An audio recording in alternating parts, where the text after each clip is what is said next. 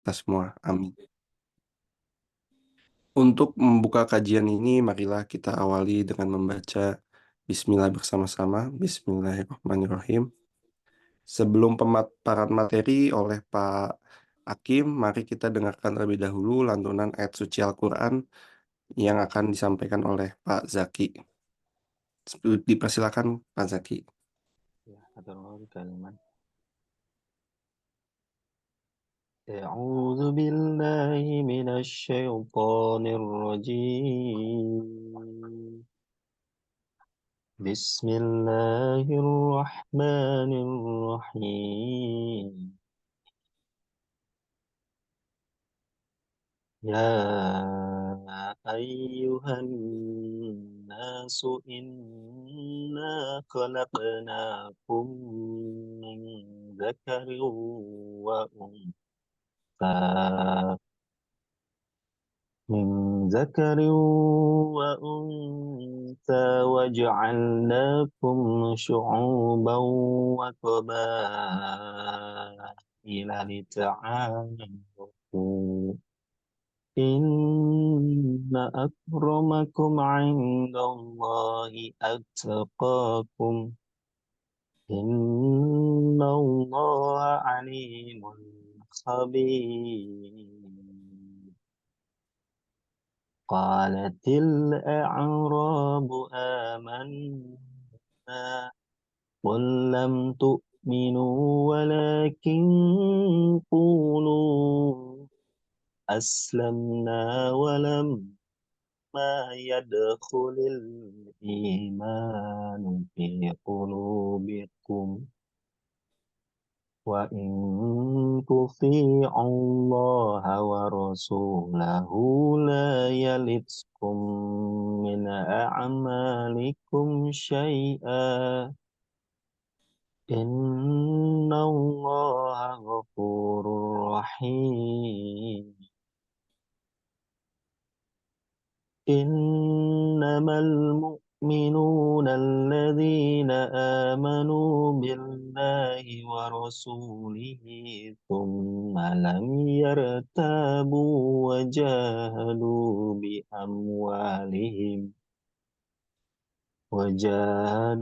بأموالهم وأنفسهم في سبيل الله أولئك هم الصادقون. صدق الله العظيم. Aku berlindung kepada Allah dari godaan syaitan yang terkutuk dengan menyebut nama Allah yang Maha Pengasih lagi Maha Penyayang. Wahai manusia, sungguh kami telah menciptakan kamu dari seorang laki-laki dan seorang perempuan. Kemudian kami jadikan kamu berbangsa-bangsa dan bersuku-suku agar kamu saling mengenal. Sungguh yang paling mulia di antara kamu di sisi Allah ialah orang yang paling bertakwa. Sungguh Allah Maha Mengetahui, Maha Teliti. Orang-orang Arab Baduy berkata, kami telah beriman. Katakanlah kepada mereka, kamu belum beriman, tetapi katakanlah kami telah tunduk Islam. Karena iman belum masuk ke dalam hatimu. Dan jika kamu taat kepada Allah dan Rasul-Nya, Dia tidak akan mengurangi sedikit pun pahala amalmu. Sungguh Allah Maha Pengampun, Maha Penyayang. Sesungguhnya orang-orang mukmin yang sebenarnya adalah mereka yang beriman kepada Allah dan Rasul-Nya. Kemudian mereka tidak ragu-ragu dan mereka berjihad dengan harta dan jiwanya di jalan Allah. Mereka itulah orang-orang yang benar. Maha benar Allah dengan segala firman-Nya. Quran Surat Al-Hujurat 13-15. Mangga Pak Hilman. Alhamdulillah, terima kasih Kang Zaki atas lantunan ayat suci Al-Qurannya. Semoga keberkahan untuk yang membaca dan yang mendengarnya. Amin. Selanjutnya, kami persilahkan kepada Bapak Eka An Akimudin sebagai pemateri untuk menyajikan paparan materinya. Silakan Pak Eka. Turnuhun Pak Hilman, kedengaran ya suara saya ya? Kedengaran Pak Hakim. Oke, saya Aman, Bakim, aman. share screen dulu nih. Bentar ya. Oh, belum dibuka. Bentar.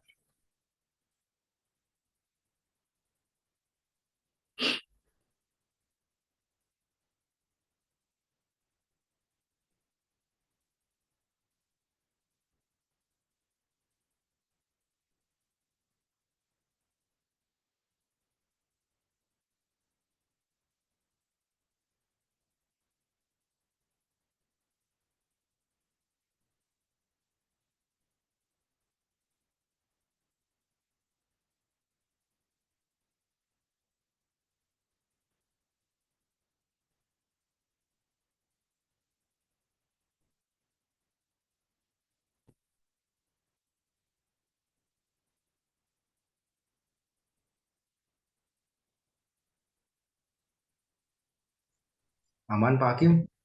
Halo? Bentar, bentar. Iya, bentar lagi dibuka dulu nih. Tadi lupa dibuka. Bentar ya.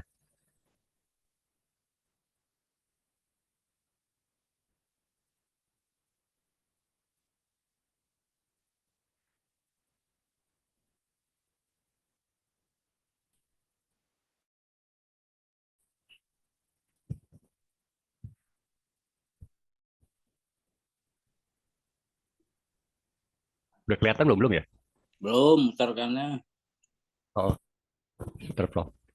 Sembari Belum. menunggu Pak Hakim menyiapkan presentasi, alhamdulillah telah hadir juga di tengah-tengah kita ada Pak Dubes Gus Wahid. Assalamualaikum, Pak Abdul Wahid Maktub. Alhamdulillah udah hadir juga ya di luar Misbah. Mangga sambil menunggu Pak Hakim menyiapkan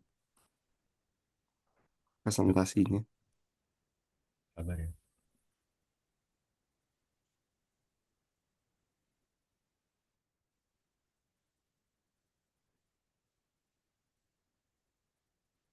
Waalaikumsalam warahmatullahi wabarakatuh. Alhamdulillah. Maaf ke toilet sebentar tadi. Oh iya, tidak apa-apa. Udah ya? belum. Belum terlihat Pak Hakim. Belum. Bahaya. Ah, udah. Udah Pak Hakim. Sip. Assalamualaikum Pak Bismillahirrahmanirrahim. Rektor. Apa kabar Pak Rektor? Waalaikumsalam, Gus. Ini kajian kawan-kawan kita dari Fakultas Hukum nih, Gus. Alhamdulillah ini bisa menimba dari teman-teman. Tiap hari Rabu pagi. Oh iya, ini saya lagi di Presiden University, saya lagi di Cikarang. Oh ya, selamat. Alhamdulillah. Bangga Pak Gus, Pak Eka.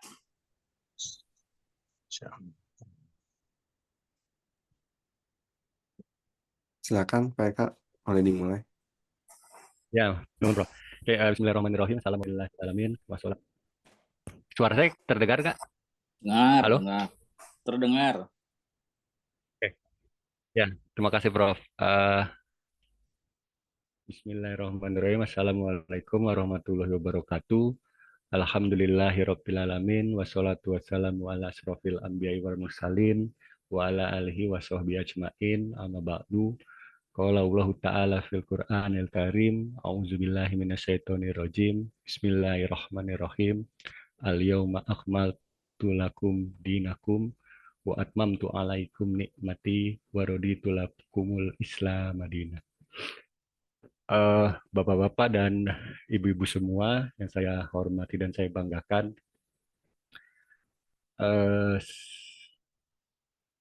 insya Allah saya akan menyampaikan terkait dengan presentasi kajian hari ini terkait dengan Islam dan hukum internasional. Nah, sebelumnya pada pengelola diskusi saya juga sudah sudah memberitahu bahwa ini sifatnya bukan tafsir, tapi mungkin sekedar berbagi terkait dengan pembacaan saya dalam konteks Islam dan hukum internasional. Oke, Bapak dan Ibu, saya akan mulai dengan kita melihat sebuah gambar klasik ya, bahwa gambar ini menceritakan atau peristiwanya terjadi di Oktober 1724 ketika Sultan Ahmed III menerima duta besar Perancis di Topkapi Palace terkait dengan uh, penjajakan perjanjian yang dilakukan atau perjanjian yang akan dilakukan oleh Turki dengan Utsmani dengan Perancis pada waktu itu. Nah, sebenarnya background peristiwa ini sudah dimulai 2 abad sebelumnya ketika Sultan Sulaiman the Magnificent melakukan perjanjian atau koalisi dengan Raja Perancis I asal Perancis yang dilakukan tahun 1536 gitu. Kenapa peristiwa ini penting dalam landscape baik sejarah Islam maupun sejarah hukum internasional? Karena perjanjian yang dilakukan oleh Turki Utsmani dengan Raja Perancis pada waktu itu merupakan perjanjian yang dilakukan antar peradaban berbasis non ideologis gitu. Maksudnya non ideologis bahwa biasanya pada waktu itu hubungan antar negara dilakukan berdasarkan kedekatan atau persamaan agama gitu. Makanya ketika terjadi perjanjian antara Turki Utsmani dengan Prancis ini di dunia Kristen itu heboh gitu dan muncul pertanyaan boleh nggak bagi kaum Nasrani melakukan perjanjian dengan Muhammaden gitu atau umat Islam gitu. Dalam sisi Kristiani mengalami guncangan karena beberapa pihak membela, tapi beberapa pihak juga menolak bahwa itu tidak bisa dilakukan, bahwa orang Kristen tidak bisa melakukan.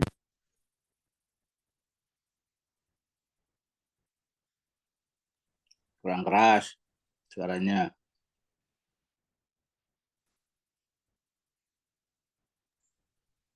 Putus Kang Eka.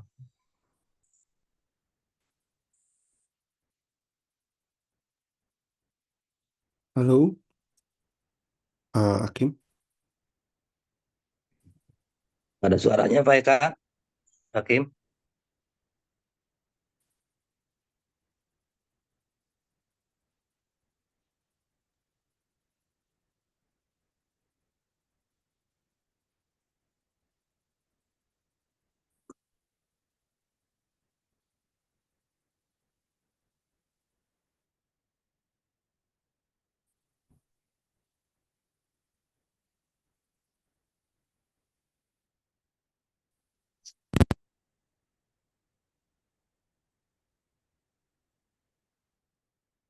Halo, ada nggak suara?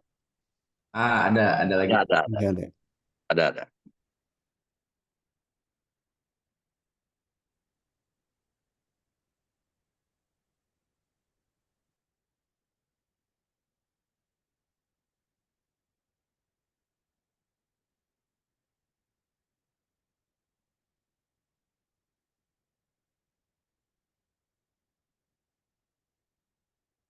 Nggak ada lagi suaranya Pak.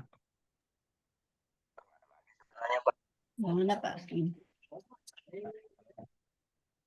Pak Hakim suaranya mati lagi.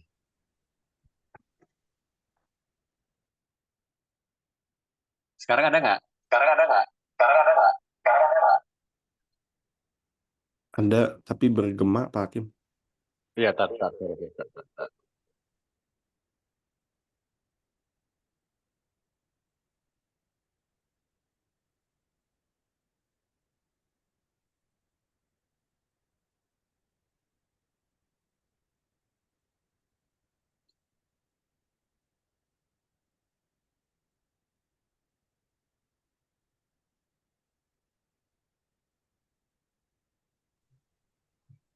Belum ada lagi Pak Hakim suaranya, Pak Hakim.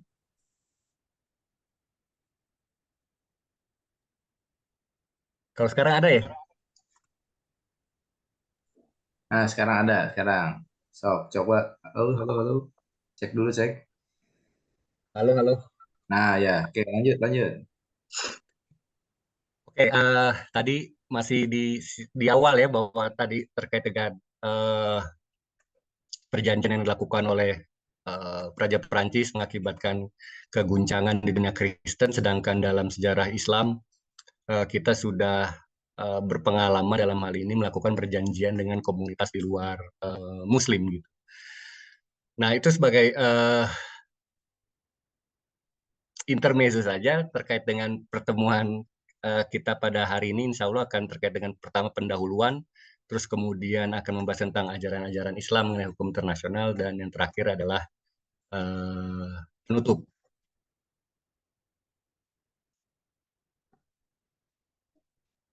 Nggak bisa jalan ya.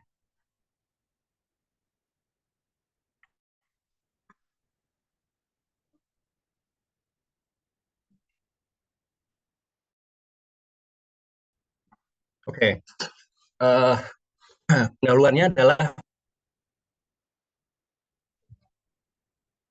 pertanyaannya adalah apakah ada yang disebut dengan hukum internasional Islam, atau dengan kata lain, apakah Islam telah mengatur tentang hukum internasional atau hubungan internasional, atau hubungan internasional.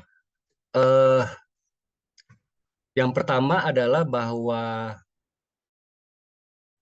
menurut David Westbrook, ini dia yang sangat negatif. Dia bilang bahwa Islam itu tidak mengatur terkait dengan hukum internasional atau hubungan internasional. Dia menyebutkan bahwa argumen-argumen yang disampaikan oleh para ahli atau para sarjana hukum Islam terkait dengan hubungan internasional atau hukum internasional itu hanyalah sekedar respon umat Islam terhadap perkembangan dalam hukum internasional itu sendiri. Misalnya, dia mencontohkan misalnya bagaimana masyarakat Islam atau negara-negara Islam melalui OKI merespon terkait dengan deklarasi HAM 1948 dengan membuat apa yang kita kenal sebagai deklarasi Kairo tahun 90 gitu. Nah, menurut dalam konteks pemikiran Westbrook, dia bilang bahwa apa yang dilakukan oleh masyarakat Muslim itu bukan hukum internasional sebagai suatu sistem hukum yang berdiri sendiri gitu. Itu hanyalah respon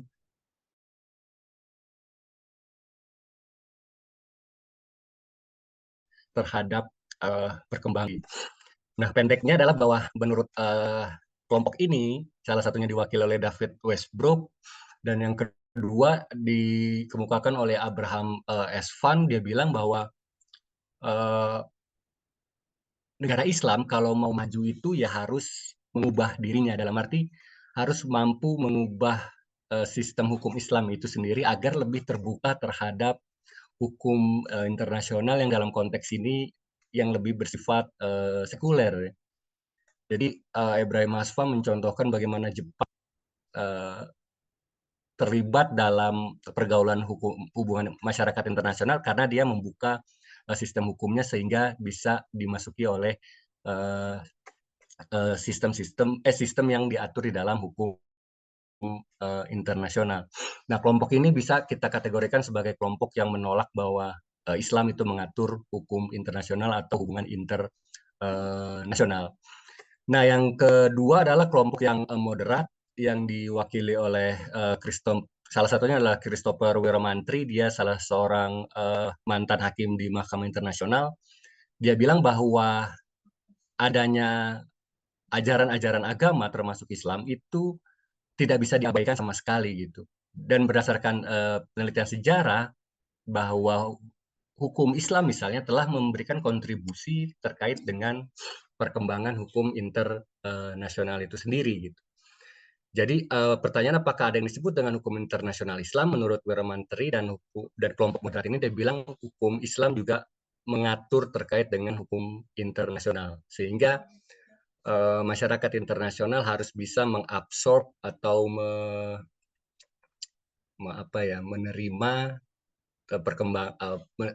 menerima nilai-nilai yang diajarkan hukum internasional untuk agar hukum internasional itu dapat diterima secara universal gitu. Nah, yang ketiga tentu saja dari kalangan internal Muslim, Islam mengatur atau mempunyai sistem hukum internasional yang khas, yang disistematiskan oleh Muhammad Ibnu Al-Hasan Al-Saibani dalam dua kitabnya yang monumental, yaitu kitab Al-Syiar Al-Shogir dan kitab Al-Syiar Al-Kabir. Yang sampai ke kita itu adalah kitab Al-Syiar Al-Shogir, sedangkan kitab Al-Syiar Al-Kabir ini konon katanya tidak sampai, yang naskah aslinya tidak sampai ke era sekarang, tetapi yang adanya adalah naskah yang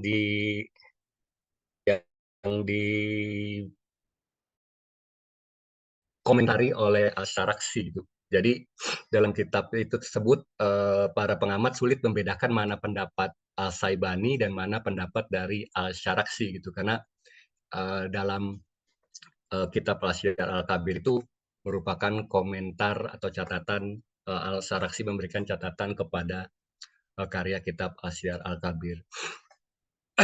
Nah, beliaulah yang dianggap oleh beberapa historian ataupun para ahli hukum Islam dianggap sebagai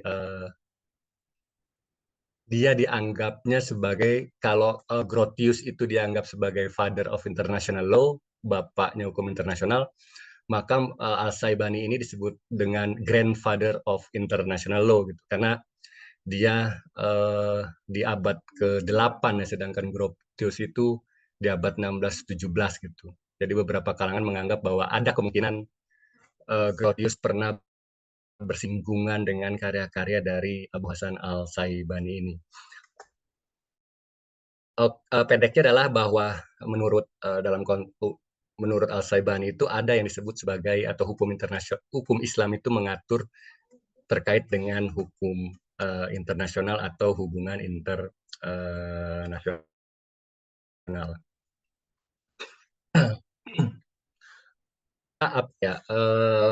Urut-urutannya terkait dengan apa yang disebut dengan hukum internasional Islam dan beberapa tokohnya.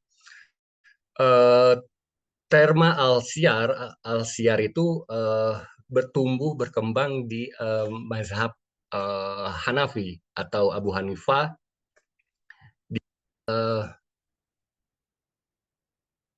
Di Abu Hanifah membuat suatu kitab yang disebut kitab Al-Syiar ini. Namun seperti halnya pendidikan Islam zaman klasik, bahwa pengajarannya dilakukan secara oral kepada dua muridnya, murid besarnya yaitu Abu Yusuf dan Al-Saibani. Nah, kemudian nanti kitab Al-Syiar inilah yang kemudian, ceramah-ceramah dalam Al-Syiar ini yang kemudian dicatatkan atau dituliskan dengan sedikit komentar oleh Al-Saibani ini dalam kitab Al-Syiar Al-Shogir gitu. Nah, kemudian kitab Al-Syiar Al-Shogir ini nyampe ke Abdurrahman Al-Auzai. Beliau adalah mazhab fikihnya mazhab fikih Al-Auzai, jadi di luar dari 4 mazhab fikih waktu itu, dan dia berdomisili di Beirut, Lebanon. Nah, ada cerita menarik ketika Al-Auzai ini menerima atau membaca kitab Syiar Al-Shogir ini, dia agak sedikit ketus ya. Dia bilang, bagaimana bisa orang Kufah, karena Abu Hanifah Al-Saibani ini domisilinya di Kufah, Irak gitu, bisa menulis tentang kitab Al-Syiar gitu. Sedangkan mereka itu tidak pernah sama sekali berhubungan dengan, tidak pernah melakukan hubungan internasional dengan di luar komunitas non-Muslim. Situasinya adalah pada waktu itu Beirut, Lebanon itu dia dekat dengan dengan perairan dan kemudian juga dekat dengan wilayah-wilayah non-Muslim, sehingga pertanyaan-pertanyaan terkait dengan bagaimanakah hubungan Muslim dengan non-Muslim yang lintas teritorial itu, bagi Auza'i itu harusnya bidangnya saya gitu, karena saya mengalami persoalan yang spesifik ya, tempat gitu, sehingga kemudian Abdurrahman Al-Auza'i ini menuliskan respon atau balasan terkait dengan kitab Al-Syiar Al-Saghir dengan mengeluarkan kitab Al-Syiar. Nah, kitab Al-Syiar ini kemudian dibalas lagi oleh Al-Syaibani dengan membuat kitab Al-Syiar Al-Kabir, yang tadi saya bilang bahwa menurut para historian itu dia tidak sampai, naskah aslinya tidak sampai ke generasi sekarang, tetapi yang ada adalah naskah yang hasil dari dicatat oleh atau dikomentari oleh Al-Syaraksi. Tapi beberapa catatan yang disampaikan oleh Al-Auza'i ini dengan mengkritik dari kitab Al-Syaibani ini juga akhirnya dimasukkan beberapa, menurut yang saya baca, dimasukkan dalam kitab Al-Imam Syafi'i di dalam chapter 4 atau chapter 7 terkait dengan beberapa hal yang dikritik Al-Auza'i terhadap kitab Al-Syiar Al-Kabir ini gitu. Nah, jadi itu secara garis besarnya terkait dengan ini masalah persoalan masih sumber hukum Islam yang mengatur terkait dengan hukum internasional. Nah, kalau yang merah-merahnya ini adalah terkait dengan jalur murid dan guru dalam konteks pada waktu itu. Yang pertama yang senior tentu saja Abu Hanifah atau Imam Hanafi, kemudian Imam Malik bin Anas itu pernah belajar di Imam Hanafi. Terus kemudian Imam Syafi'i juga belajar kepada Malik bin Anas. Terus kemudian Al-Syaibani murid Abu Hanifah belajar ke Imam Malik. Terus kemudian As-Syafi'i juga belajar kepada Al-Syaibani gitu. Jadi memang secara tradisi keilmuan mereka saling berdialog dan berhubungan satu dengan yang lain, dan memang walaupun mengkritik tetapi sama-sama tetap menaruh hormat kepada para tokoh ini. Nah, kalau sebagaimana kita tahu kan bahwa dalam kelompok atau dalam garis mazhab Hanafi itu kan dikenal sebagai kelompok dengan pendekatan al-ra'yu ya, atau pendekatan rasional gitu. Sedangkan Imam Malik itu dengan pendekatan praktek para ahlul Madinah. Ya. Nah, jadi secara keilmuan misalnya bahwa ada suatu anekdot bahwa Al-Syaibani ini mudanya pernah menghadiri majelisnya Imam Malik. Ya. Nah, ketika sesi tanya jawab, Al-Syaibani terus tunjuk tangan, terus kemudian Imam Malik bertanya apa yang ingin ditanyakan. Terus Al-Syaibani bertanya bagaimana ada seorang pemuda, dia sedang dalam kondisi hadas atau najis. Terus kemudian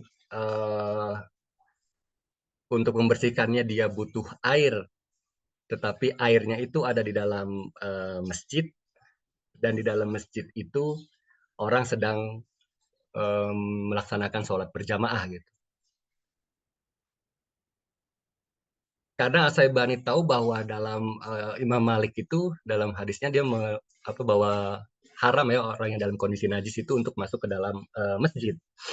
Nah, dengan pertanyaan seperti itu maka Imam Malik menjawab dia tidak boleh masuk masjid kemudian itu karena dalam kondisi najis. Ditanya 3 kali oleh Al-Syaibani, Imam Malik menjawab dengan hal yang sama, bahwa pemuda itu tidak boleh masuk masjid karena dalam kondisi najis gitu. Nah, karena akhirnya Imam Malik sadar, akhirnya bertanya, lalu kamu jawabannya gimana gitu terkait dengan pertanyaan itu. Maka Al-Syaibani menjawab, pertama, pemuda itu harus melakukan tayamum. Setelah tayamum itu masuk ke dalam masjid, terus kemudian membersihkan pakai air, baru ikut sholat berjamaah gitu. Nah, jawaban Al-Syaibani ini kemudian membuat Imam Malik terkesima bahwa jawaban yang pendek, lugas, terus kemudian bertanya, dari mana kamu gitu. Dari mana kamu? Terus kemudian Al-Syaibani bilang, saya dari sini. Gitu. Saya bilang dari sini dengan menunjuk jarinya menunjuk ke bawah gitu, ke bumi. Setelah itu dia pergi, terus kemudian Imam Malik bertanya kepada muridnya, itu tadi siapa ya yang tanya? Terus dia bilang bahwa itu adalah dari Imam Abu Hanifah gitu. Tapi kemudian Imam Malik menjawab, tapi dia bilang tadi dari sini gitu. Terus dijawab lagi bahwa ketika dia menjawab dari sini, tangannya menunjuk ke bumi, yang berarti yang menandakan bahwa yang sama, yaitu bumi milik Allah. Nah, hal itulah kemudian yang membuat Imam Malik terkesima terkait dengan Al-Syaibani, sehingga Imam Syafi'i belajar ke Imam Malik, pada suatu saat Imam Malik bilang, ilmu saya sudah habis kepada Imam Syafi'i. Kamu harus belajar ke guru yang lain. Kan? Ada guru yang kemampuannya lebih baik dari saya, tapi dia sudah meninggal. Yang dia maksud oleh Imam Malik itu adalah Imam Hanafi. Tapi kamu bisa berguru kepada muridnya. Oleh karena itu kemudian Imam Syafi'i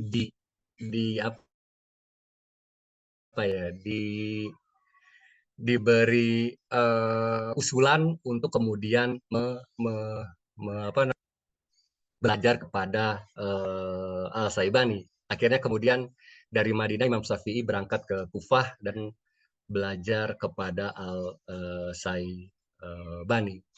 Sehingga dalam beberapa biografi Imam Syafi'i, kalau bisa disebutkan dua guru yang paling mempengaruhi beliau, yaitu Imam Malik dan salah satunya adalah juga Al-Syaibani.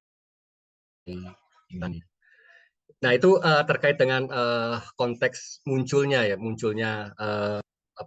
konteks syiar. Nanti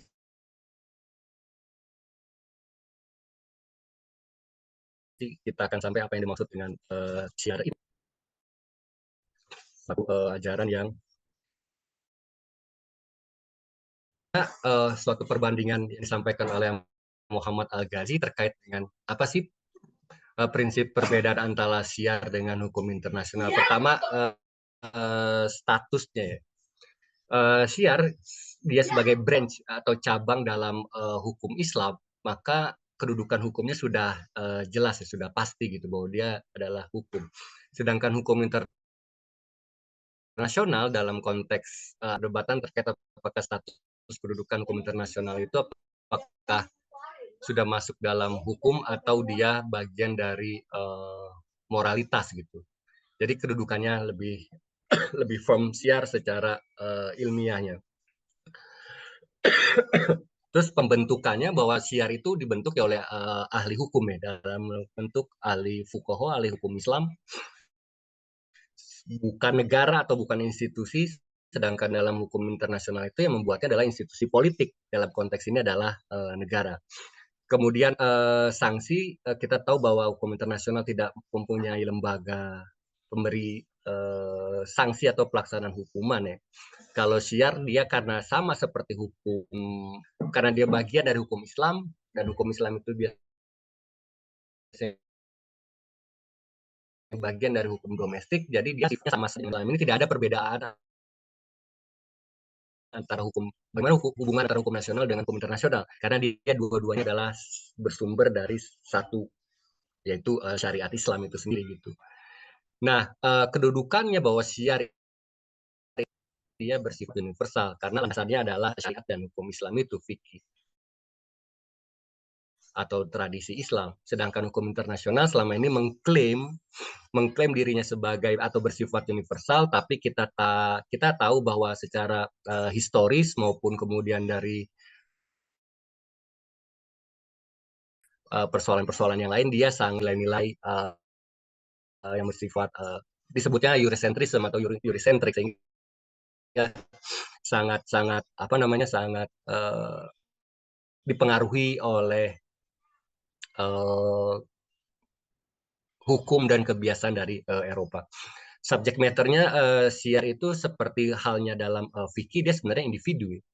Yang ditujunya adalah individu, tetapi terkait juga membicarakan persoalan negara juga. Sedangkan hukum internasional basis utamanya negara, memang baru akhir-akhir kesini saja kemudian muncul subjek-subjek hukum yang lain di luar negara atau non negara. Jadi sebagai pembanding singkat saja ya terkait dengan hukum internasional dan itu. Kemudian apa yang dengan syiar? Syiar ini merupakan bentuk jamak dari kata siroh. Siroh yang berarti kehidupan, biografi, tingkah laku atau perbuatan. Itu adalah bicara tentang bagaimana biografi Nabi. Nah, syiar itu asal katanya itu dari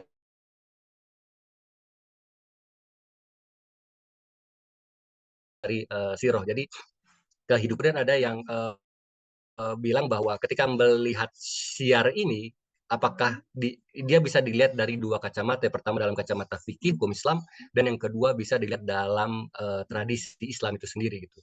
Nanti kita akan lihat bahwa dalam fikih syiar itu ya memang di antara para fuqaha itu memang terjadi perdebatan-perdebatan yang umum lah atau yang biasa. Nah, sedangkan secara terminologi bahwa yang disebut dengan syiar itu adalah cabang dari hukum Islam yang mengatur tentang hubungan antara masyarakat Muslim dengan masyarakat yang lain. Kita akan lihat bahwa dalam syiar ini atau hukum internasional Islam itu dia sangat broad, ya, sangat luas sekali mengatur terkait dengan isu yang ingin dibahas di dalam atau masuk dalam al-syiar ini. Tidak hanya yang bersifat publik, tapi juga yang bersifat privat. Misalnya bagaimana pernikahan antara tawanan perang yang berasal dari non-muslim misalnya. Sampai hal-hal yang seperti itu dalam al-syiar Al-Syaibani itu diatur terkait dengan hal al-syiar atau hukum internasional Islam itu adalah bagian dari hukum Islam yang mengatur bagaimana masyarakat Muslim berhubungan dengan masyarakat non-Muslim. Nah, Wahbah Zuhaili mencoba mencarikan prinsip-prinsip dalam Islam yang berkaitan dengan hukum internasional itu sendiri. Yang pertama, menurut Wahbah Zuhaili, yang pertama adalah nilai-nilai yang disebut persaudaraan atau human brotherhood, yang kemudian dia ambil sumbernya berdasarkan surat Al-Baqarah, yaitu sebenarnya adalah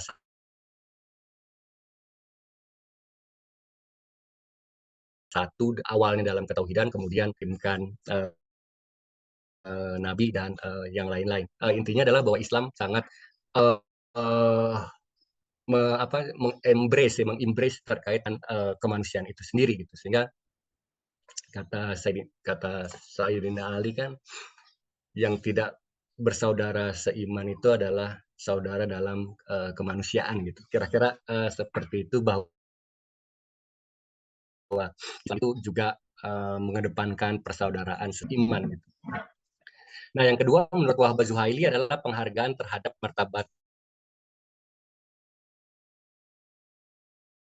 manusia, diambil dari Quran Al-Isra ayat Bani Adama wa hamalnahum fil barri wal bahri wa razaqnahum min thayyibati wa faddalnahum ala kasirim mimman khalaqna tafdila. Jadi bahwa sudah bahwa manusia itu sebagai anak cucu Adam sudah dimuliakan oleh Allah, dan sehingga sesama saling hormati satu dengan yang lain. Nah, yang ketiga menurut Wahbah Zuhaili adalah bagaimana itu dalam An-Nahl ayat 90, innallaha ya'muru bil adli wal ihsani wal ita'i zil qurba wa yanhal fahsya'i wal munkari wal baghi ya'izukum la'allakum tadzakkarun. Bahwa sesungguhnya bantuan, dia juga melarang perbuatan keji, kemungkaran, permusyrikan, dan yang lain-lain. Dan banyak terkait dengan keadilan ini, misalnya keadilan itu dekat dengan takwa dan sebagainya, dan persamaan.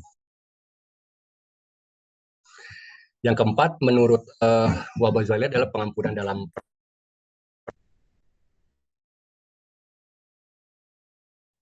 mengartikan bahwa rahmat ini termasuk dalam memberikan pengampunan ketika terjadi peperangan antara Muslim dengan masyarakat non-Muslim. Yang selanjutnya adalah pemenuhan perjanjian selama pihak lain mematuhi dan menghormatinya, atau biasanya kenal dengan Pakta Sunt Servanda, yang diatur misalnya dalam surat Al-Maidah ayat 1 dan An-Nahl ayat 91 yang berbicara bagaimana seruan kepada masyarakat atau orang-orang beriman untuk memenuhi janji-janji yang telah dibuat, baik sesama Muslim maupun dengan sesama non Muslim. Makanya dalam An-Nahl 91 kan misalnya wa'afu bi ahdillahi iza ahadtum wa ala tanqudul aimana ba'tumullaha alaikum kafila innallaha ya'lamu ma taf'alun. Tepatilah janji dengan Allah, dan kemudian menjadikan Allah sebagai saksi. Nah, kalau kita lihat dalam sejarah Muslim, sejarah Islam, bahwa perjanjian-perjanjian yang dibuat oleh masyarakat Muslim itu biasanya kan di awal, sehingga memang pemenuhan perjanjian ini memang sangat krusial dalam penting. Dan studi empiris yang dilakukan oleh salah seorang sarjana membandingkan antara hukum Islam Anglo-Saxon dan hukum kontinental, bilang bahwa perjanjian dalam hukum Islam itu lebih baik dan lebih pasti dibandingkan kedua sistem hukum yang tadi. Terakhir adalah resiprositas atau timbal balik mengacu pada An-Nahl 126 yang kalau mau membalas dengan yang setara gitu, tidak boleh berlebih-lebihan. Terus kemudian kalau memang kamu lebih sabar, dan itu lebih baik. Jadi dalam Islam juga juga harus harus seimbang, ya, tidak boleh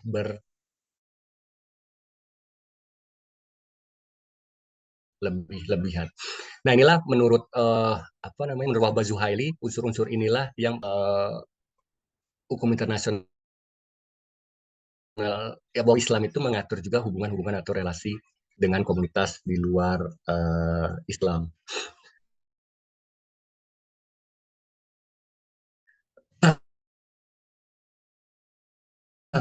Jadi habis ya. Juga kita akan mengenal dalam hukum itu ubi societas ibius. Jadi bahwa ada masyarakat dulu baru ada hukum. Nah, dalam Islam juga kita mengenal apa yang disebut dengan umahnya dulu, ada umahnya dulu baru ada syariatnya gitu. Jadi ada umatnya dulu baru ada syariatnya. Dulu dalam politik Islam terminologi yang dipakai adalah ummah. Dalam nanti bisa dikoreksi kalau salah.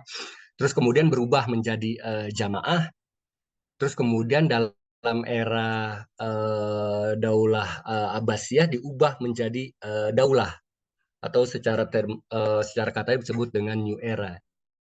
Jadi ada pergeseran dari ummah, jamaah, dan daulah. Sehingga dalam konteks hukum internasional, penggunaan istilahnya ini sudah bukan al-syiar lagi, tapi al-kanun al-dauliyah misalnya. Jadi hukum internasional itu sudah tidak menggunakan terminologi al-syiar sebagaimana yang dilakukan oleh Al-Syaibani di abad kedua Hijrah. Ya. Jadi secara terminologi ada perubahan, ada pergeseran penggunaan termin. Nah, yang kedua, ruang lingkup teritorial atau dar. Nah, secara umum atau secara jumhurnya adalah bahwa teritorial dalam Islam kedua adalah dar al-harb gitu. Wilayah perang, wilayah damai, wilayah Islam atau wilayah perang, dan yang satu lagi dar al-sul. Dar al-sul ini diajukan oleh Imam Syafi'i,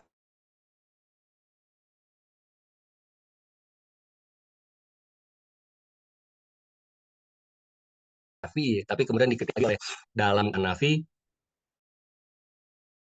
ya buat apa ada dar al-sul. Usulan Imam Hanafi ini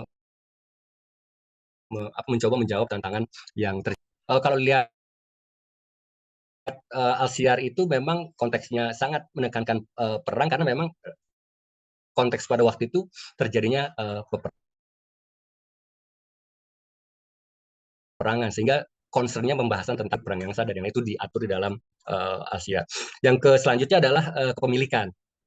Jadi kepemilikan dalam misalnya dalam satu peperangan, umat muslim sudah memenangi peperangan di wilayah A misalnya. Pertanyaannya, apakah properti yang ada di wilayah A itu sudah berpindah atau otomatis menjadi kepemilikan muslim. Nah, ini para fuqaha berdebat ya. Menurut Imam Hanafi sampai dikembalikan ke wilayah Zai, dan Imam Syafi'i ya sudah berubah menjadi kepemilikan milik punya muslim gitu, walaupun belum ditransfer atau dipindahkan ke negara. Hukum Islam juga mengatur diplomatik bahwa ketika seorang diplomat perwakilan tinggal di wilayah Islam, maka dia diberikan diberikan keamanan ya, zimah, sehingga dia diberikan proteksi, dia ritual agamanya di wilayah Islam dan dia dilindungi, tetapi dia harus membayar zizyah. Dan kemudian transaksi komersial ini juga diatur, misalnya yang sangat menarik menurut Imam Hanafi, misalnya perdebatan boleh enggak riba itu yang dilakukan, hasil riba itu diterima oleh umat muslim itu, atau umat muslim melakukan status riba di wilayah Dar al-Harb. Dikritik bahwa riba dimanapun tetap haram gitu, sehingga riba tidak boleh dilakukan. Nah, yang terakhir adalah metode studi kasus. Kalau nanti saya akan berikan contohnya, bahwa memang dalam kitab-kitab kelasnya saya juga beritahu bahwa memang diajarkannya secara studi kasus ya, menjawab pertanyaan dan ini. Nah, kalau lihat dalam ruang lingkup ini, kita bisa lihat bagaimana sangat luas pengaturan tentang hukum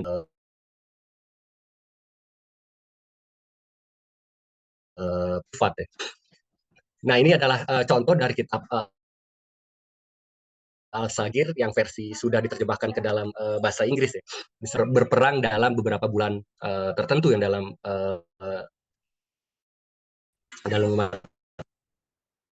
Al-Saibani, bahwa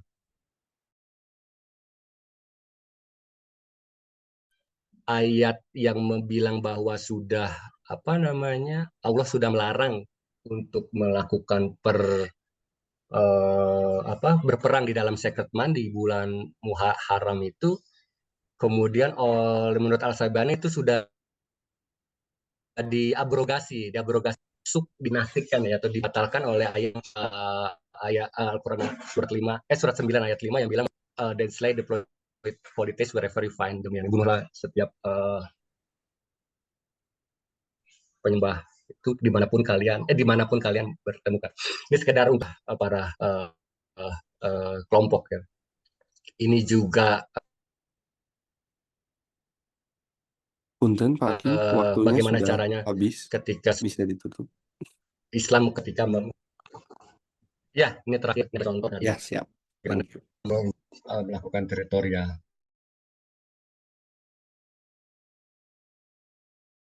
Oke, saya kira itu saja Bapak kekurangan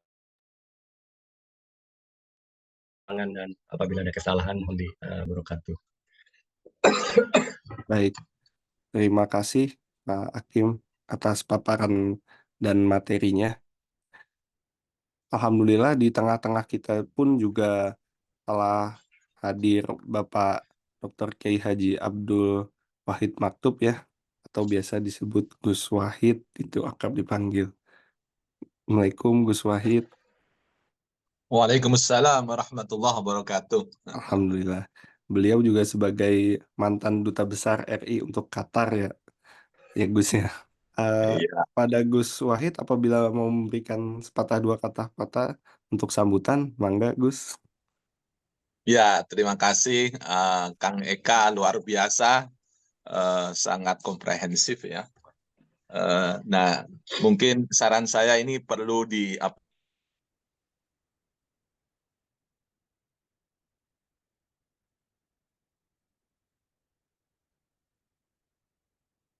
Maaf, sepertinya terputus Gus.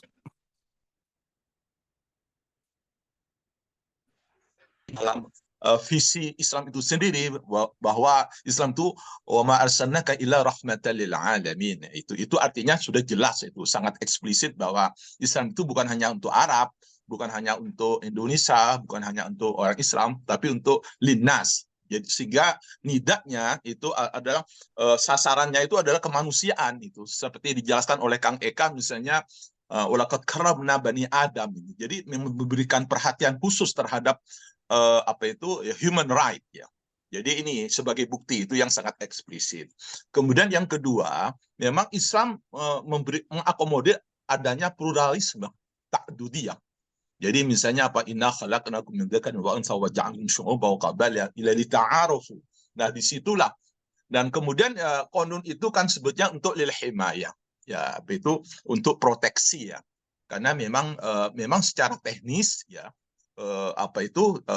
bisa diberikan kebebasan kepada masing-masing tempat ya, negara atau waktu. Tetapi yang jelas Islam itu mengatur prinsip-prinsip yang pokok. Satu contoh misalnya apa? Tentang waqimul wazna bil qist.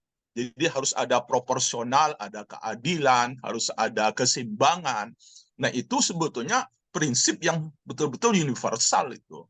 Jadi wa idza hakamtum bainan nas an tahkumu bil adl, misalnya kalau kamu mengambil suatu keputusan harus adil.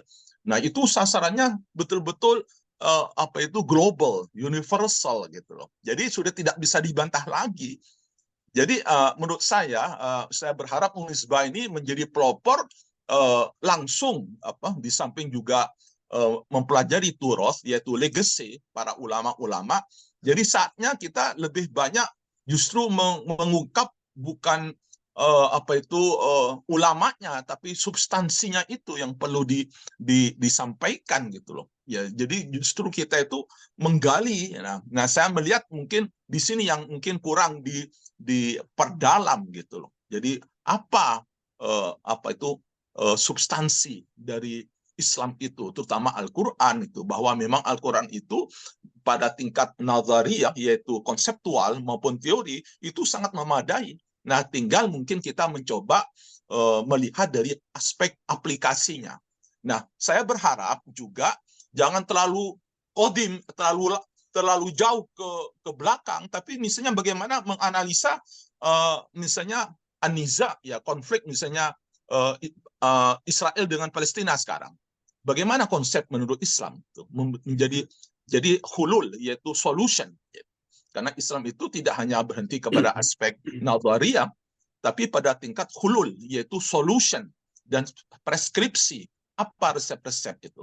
Artinya, nah disinilah mungkin kita perlu berorientasi ke depan, tidak lagi kepada tarikh, yaitu ke belakang gitu. Nah ini mungkin ya memang kita perlu belajar sebagai comparative view ya, bahwa memang Islam itu kaya dengan sejarah. Tapi kita tidak boleh hanya terbelenggu oleh pemikiran ulama masa lalu, karena tantangan sekarang ini sudah berubah, sehingga perlu ada semacam tajdid, pembaharuan pemikiran gitu. Nah, tetapi tidak meninggalkan aspek-aspek prinsip-prinsip yang sudah ditetapkan oleh Islam yang sifatnya qat'i, yang tidak mudah berubah. Nah jadi ini yang mungkin perlu menjadi tantangan kita bersama, bagaimana kita memiliki suatu husnul faham, pemahaman baru, tapi juga ada aplikasi baru, tatbiqul jadid. Nah, kalau kita kemudian hanya berorientasi kepada produk-produk pemikiran lama, sementara settingnya sudah berbeda, maka kita itu nanti akan terjadi bias gitu loh. Jadi bias, jadi penerapannya. Jadi oleh karena itu menurut saya yang harus lebih ditonjolkan adalah ya prinsip-prinsip, ya, nilai-nilai fundamental itu, sehingga itu bisa menembus abrol hudud, beyond limit. Jadi tidak lagi terbatas oleh faktor tempat dan waktu, tapi ini kapanpun untuk generasi yang akan datang bisa tetap memberikan satu derivasi hukum-hukum itu menjadi tepat. Karena persoalan sekarang ini menurut para ulama, pemahaman kita ini terjadi bias, su'il faham. Pemahaman yang bias terhadap sumber Al-Quran sebagai qanun duali, yang insaniyah. Nah ini ya. Dan kemudian yang kedua, problem utama adalah tatbik, penerapannya. Sekarang bagaimana penerapannya? Karena bisa jadi pada tataran konsep itu sudah bagus, tapi pada saat kemudian diderivasi, dijabarkan pada tingkat tatbik, nah ini kadang-kadang tidak ada semacam bias, sehingga kita perlu mencoba melakukan reformulasi untuk meyakinkan publik, international community dalam dunia publik itu. Nah ini mungkin saya berharap Kang Eka ini menjadi pelopor ya, untuk mulai mencoba untuk memperkenalkan satu pemikiran baru ya, yang tidak hanya berorientasi kepada history, tapi juga berorientasi pada ke depan. Karena kita ini sekarang kering. Bagaimana misalnya solusi terhadap konflik-konflik yang selama ini banyak mengacu kepada sumber-sumber misalnya hukum-hukum yang sifatnya yang barat ya. Nah, ini kesempatan sekarang. Nyatanya tidak bisa memberikan suatu solusi.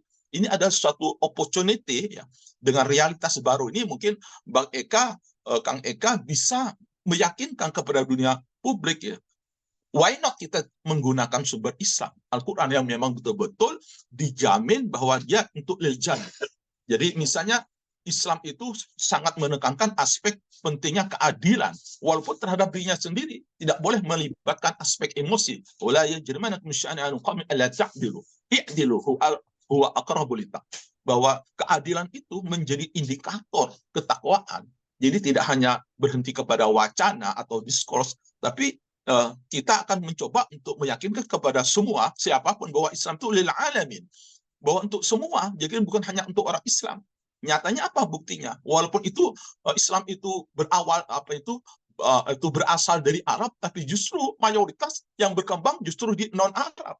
Itu untuk menunjukkan bahwa Islam itu memiliki fleksibilitas, keterbukaan, ya, universalitas. Nah, dan aspek alamiatul Islam itu harus ditekankan sehingga memang layak untuk dijadikan sumber sebagai masadir qanun ad-duwali wal alami. Ya, saya berharap kajian Bang Eka itu terus dikembangkan lagi sehingga orientasinya tidak lagi kepada turos yang bersifat in the past, tapi harus kekinian, kontemporer, muasarah, dan juga fil mustaqbaliyah, yaitu ada orientasi masa depan. Itu aja komentar saya. Jadi sekali lagi terima kasih kepada Kang Eka, menurut saya sangat komprehensif dan sangat inspiratif. Terima kasih. Baik, terima kasih Gus Wahid atas saran, masukan maupun semangat untuk Kang Eka supaya terus mendalami, supaya dapat menjadi pelopor gitu ya dalam hukum internasional Islam gitu. Amin. Baik, karena memang waktu kita ini mepet ya sampai jam 6 sebenarnya, tapi harus adanya sesi tanya jawab. Mungkin kita batasi menjadi satu pertanyaan mungkin ya untuk Pak Eka Hakimuddin. Silakan Bapak Ibu dosen, ada Prof Nandang yang sudah hadir, Prof Efik pun sudah hadir, lalu ada rekan-rekan dari dosen lain yang tidak bisa saya sebutkan satu-satu, mangga apabila mau ada pertanyaan kepada Pak Eka tentang materi yang tadi, silakan.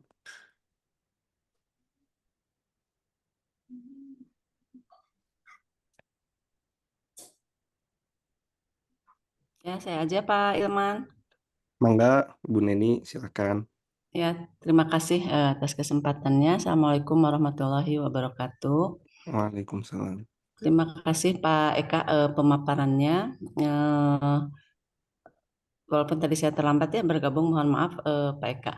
Nah, jadi yang dimaksud siar di sini itu kalau melihat ruang lingkupnya, tadi itu kan rata-rata bersifat publik ya. Jadi apakah itu memang siar itu kumpulan untuk hukum internasional gitu yang diambil, yang dikodifikasikan dari ayat, tentu saja sumber utamanya kan tetap dari Al-Quran ya. Cuma melihat ruang lingkupnya tadi hanya ada satu yang tentang transaksi komersial ya yang bersifat private-nya. Tapi kalau melihat semua itu yang lainnya itu semuanya bersifat publik. Jadi apakah siar ini merupakan kodifikasi gitu dari Al-Quran dikeluarkan, disusun menjadi sebuah kitab yang khusus membahas tentang hukum internasional atau tidak gitu, kalau melihat ruang lingkupnya tadi yang dijelaskan. Terima kasih Pak Eka.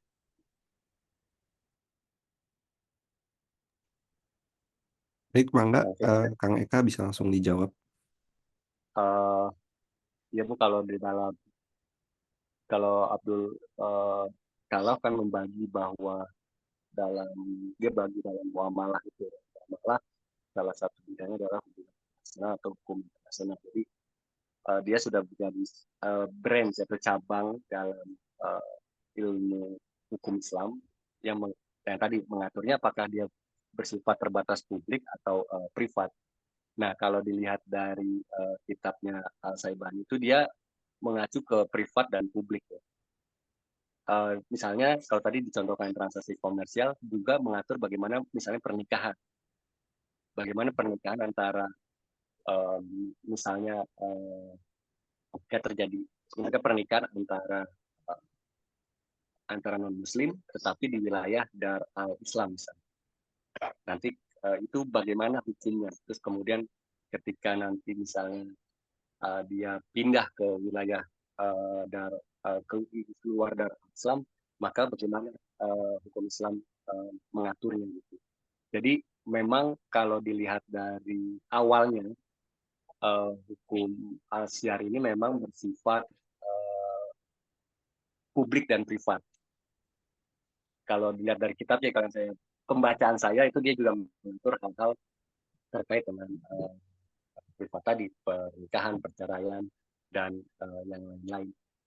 Tapi kalau bergeser, saya kira trennya sama dengan hukum internasional. Kalau akan oleh istilah hukum internasional terus dipisahkan tuh, mulai bahwa hukum internasional itu sifatnya publik aja, sehingga ada kajian hukum perdata internasional. Sehingga dalam Jeremy Bentham ya, ketika Jeremy Bentham itu publik, di luar itu dia masuknya ke kajian yang lain atau private international law. Padahal sebelum Bentham mengeluarkan istilah itu, hukum internasional itu juga mengatur terkait dengan hukum-hukum privat. Nah, kayak sepertinya kalau kecenderungannya kalau menurut saya di dalam hukum Islam yang sekarang yang digagas oleh para sarjana Muslim bahwa arahnya juga akan ke sana gitu, tidak akan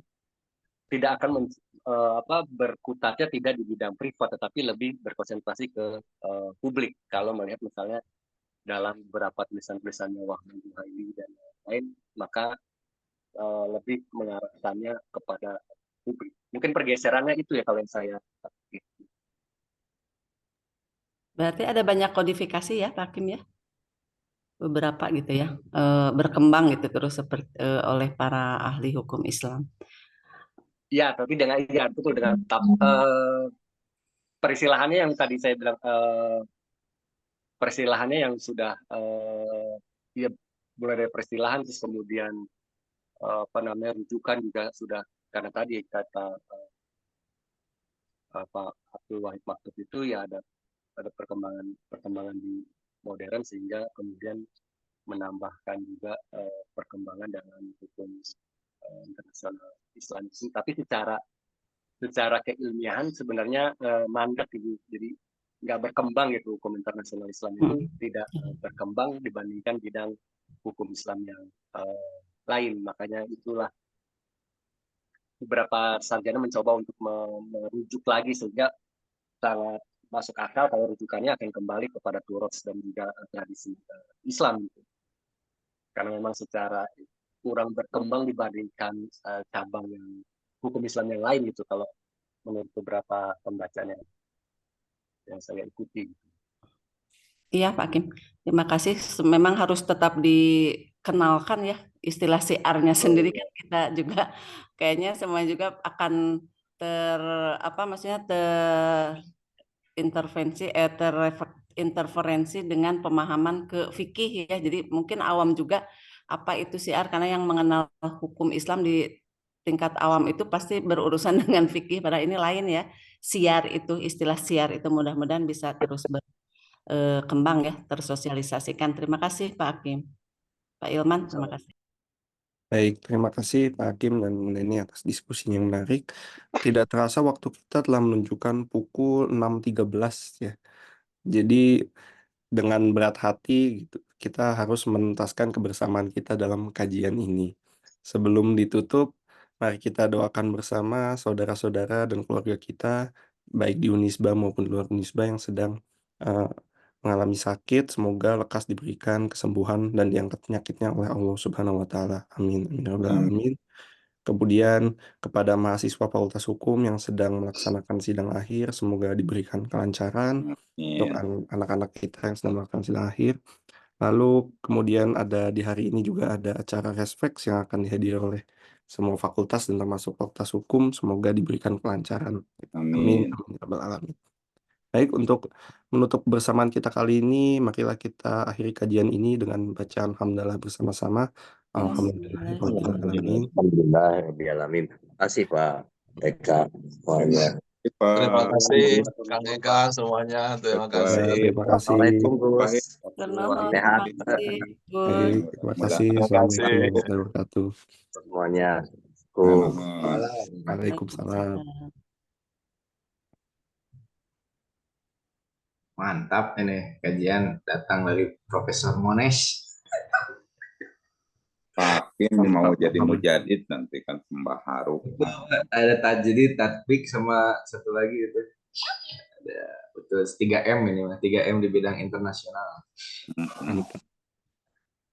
Siap ah. Ayo ah, pada. Ayo ah, siap moderator. Pak Herman nuhun, Pak Herman. Pak Jaki nuhun. Sami-sami, Pak, sami-sami. Pak Jaki. Di mana Pak Jaki? Hah? Ada yang lalingi ke bumi.